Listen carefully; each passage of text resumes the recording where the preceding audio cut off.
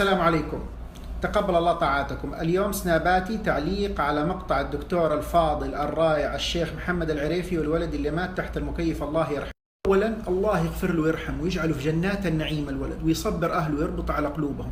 والشيخ العريفي رجل العلم، وعلشان كذا لازم تكون المعلومات اللي يقولها علمية. الحكايات عند بعض الاهالي تسبب خوف ورعب كذا وقلق، وهي علميا طبيا غير صحيحة. الشعر المبلول تحت المكيف ما يموت ابدا. يا شيخنا يا دكتورنا الفاضل، قبل ما تقولوا أي شيء في سناباتكم اللي تنتشر بالملايين بين البشر، أسألوا واحد مختص، أرجوكم أسألوا مختص. قبل كمان أتمنى إنه المؤثرين في السوشيال ميديا والدكتور العريفي يسألون عن معلومات طبية صحيحة وينشروها، لأنه الناس تحبهم وتسمع لهم.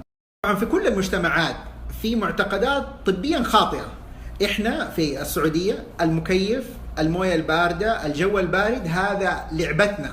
من أصعب الأشياء إنك أنت تغير المعتقدات، وأنا متأكد إنه في ناس الآن بيشوفون يقولوا أنتم ما تعرفوا كل شيء، الأطباء ما يعرفوا كل شيء، الحرص أفضل. ونفسه هذا الحريص إذا قلت له انتبه للسكر حقك مرتفع لا يسوي لك مضاعفات في العين ولا في الكلية، يقول لك قل لن يصيبنا إلا ما كتب الله لنا. معلوماتنا الصح، المعدل التراكمي من أهم التحاليل لمرضى السكري.